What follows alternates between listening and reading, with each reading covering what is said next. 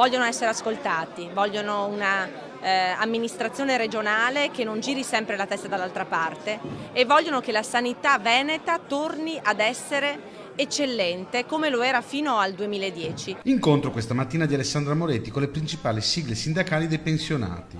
Ruolo, quello dei pensionati, secondo la candidata del centro-sinistra, sempre più centrale nelle famiglie venete. Non autosufficienza e piano sociosanitario i temi principali.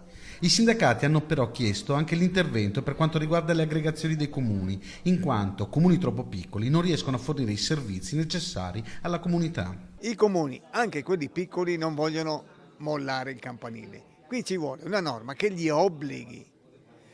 I comuni al di sotto dei 10.000 abitanti non avranno mai i servizi sociali, non avranno mai la possibilità di assumere l'assistente sociale, non avranno mai la possibilità di fare assistenza domiciliare.